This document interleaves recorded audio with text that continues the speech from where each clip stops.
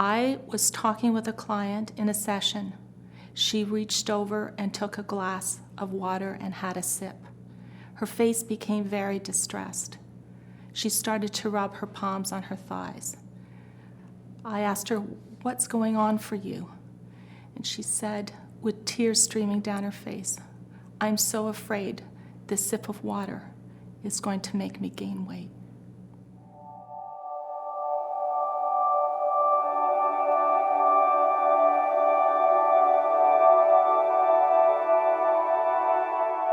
People don't really understand the seriousness of eating disorders. They think that eating disorders are a choice, or that it's just a diet gone too far, or that they can just stop or heal everything by just eating. Nobody makes a choice to have an eating disorder. An eating disorder is very, very painful, and it disrupts people's lives. These sufferers do not wake up and say, "Wow, I'm going to have an eating disorder."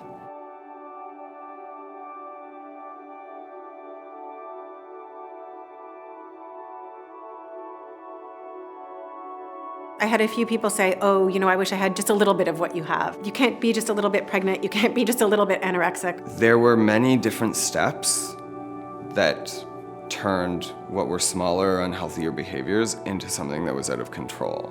It is something that takes over your whole life.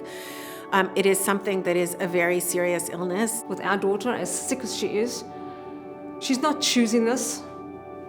She doesn't want to die, but she doesn't know how to get out of it.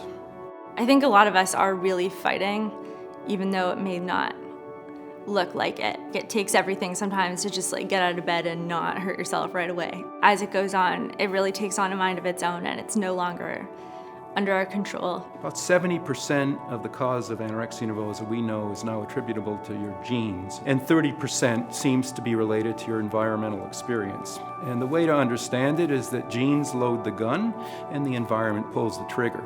What can happen for some people with eating disorders is they have a traumatic event, they find ways to soothe themselves or to feel better. We're all trying to feel better, and they find a way to feel better either by restricting or by binge purge or by overeating, and then those neural pathways become strengthened the more and more somebody feels a relief. Because once it gets going, it develops a life of its own. So we're trying to identify what those brain mechanisms are so that we can actually then target treatment towards those brain mechanisms. What is so challenging is to work with people to find ways so that they can feel calm and settled without engaging those behaviors. Even though you don't have measurable results, maybe just still believe in the person who's struggling and support them as best as you can.